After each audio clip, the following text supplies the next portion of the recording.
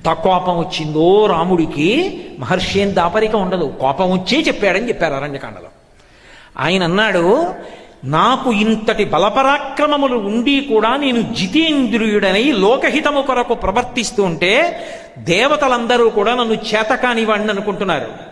అందుకే ఇప్పుడు నా పరాక్రమం ఏమిటో, నా చేతనైన తనం ఏమిటో చూపిస్తాను. నా నారాచ బాణములను విడిచిపెట్టడం మొదలు పెడతాను. రాముడు యుద్ధం చేస్తే కోదండానికి బాణములను సంధించడం మొదలు పెడితే ఆయన భుజములు తాండవం చేస్తాయిట. గోపరాజు గారు దాశరథీ శతకం చేస్తూ, బండన భీముడర్తజన బంధముడుజ్వల బాణతోణ కోదండ కళ ప్రచండ భుజతాండవ కీర్తికి రామమూర్తికిన్ రెండవ సాటి దైవమికలీడనచొన్ గడకట్టి భైరికా డండ డండ డండ నిడదంబుల జండము నిండమత్త వేదండము నిక్కి చాటెదను దాశరథీ కరుణాపయోనిధి అన్నాడు. ఆయనే కోదండం పట్టుకుని బాణాలు వేస్తే భుజములు రుద్రతాండవం చేస్తాయి.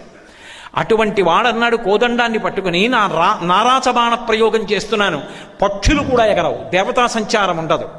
నా సీత ఏమైందో చెప్పలేదు కాబట్టి దేవదానవ గణములతో కలిపి సమస్త బ్రహ్మాండములలో ఉన్న ప్రాణులను సంహారం చేస్తున్నాను.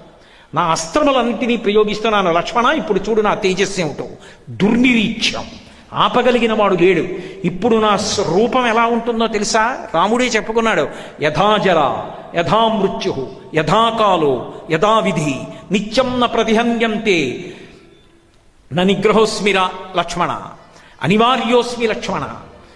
నేను ఎటువంటి స్థితి అంటే ఇది యథాజర, వృద్ధాప్యం రాకుండా ఎవడు ఆపుకోగలడు? శరీరం ముడతలు పడిపోకుండా ఆపుకోగలిగిన వాడు ఉన్నాడా?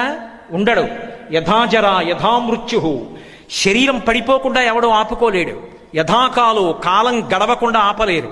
యథామృత్యు, మృత్యువు రాకుండా ఎవడు తప్పించుకోలేడు. నిత్యం